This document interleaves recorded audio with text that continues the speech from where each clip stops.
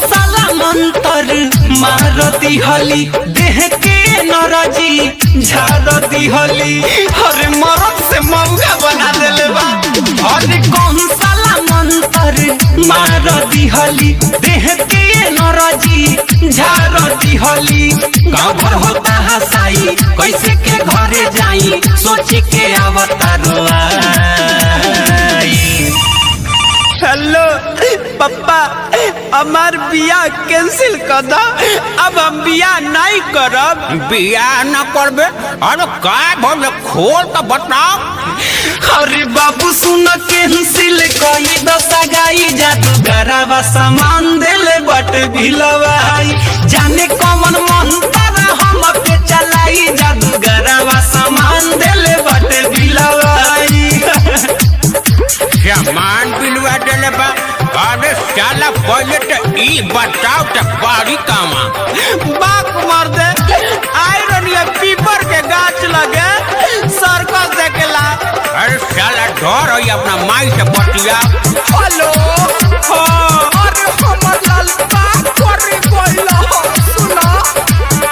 अरे लाल बोला कोइला खाना भी ठीक से न खइला।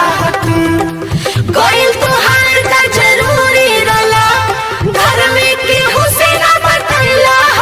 सुन माई रे सड़क सगाह में अपना आइल रहनी ह देखे घाट हमारे साथे कदी हले बचाऊ हटा लेके।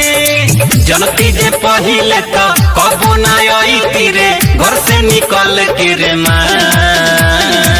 अरे कौन साला जादूगर रे? बात कराओ तो बात कराओ। लो हेलो, अरे साला जादूगर चुपचाप से हमला लड़का के सामान वापस लिया दे, ना तो साले है गोजी लेके आवत मुंह पे डाल के साला गांड पे निकाल दे। अरे बाबू सुन कैंसिल कई दशा गाई जादू गरावा सामान देले बट भिलवाई। जाने कौन मंतर हम पे चलाई जादू गरावा सामान देले बट भिलवाई। अरे हमर बाबू, अरे चुप रहो हम अबे आवतानी। हमरा लाल के का हो गइल हो? डीजे मिठू राजा पटसोनी। ए भुटलिया के पापा हमरा के बाबू लग ले चली ना। आप सुन रहे हैं अमित पटेल की आवाज में। उल्पा माटी चढ़ई हनु हो मंदिर के घंटा डोलई हनु हो। शादी ना हुई तो भाई के गो उपाय बटोरे में थपरे बजई हनु हो। अब जातानी हम तो हमारे सब कवनो मजाक उड़ावता कवनो कहता मौग हमके कवनो छकवा बनावता। कवना जन्म के तू बदला ले तारी हमसे जादूगर हई की कसाई।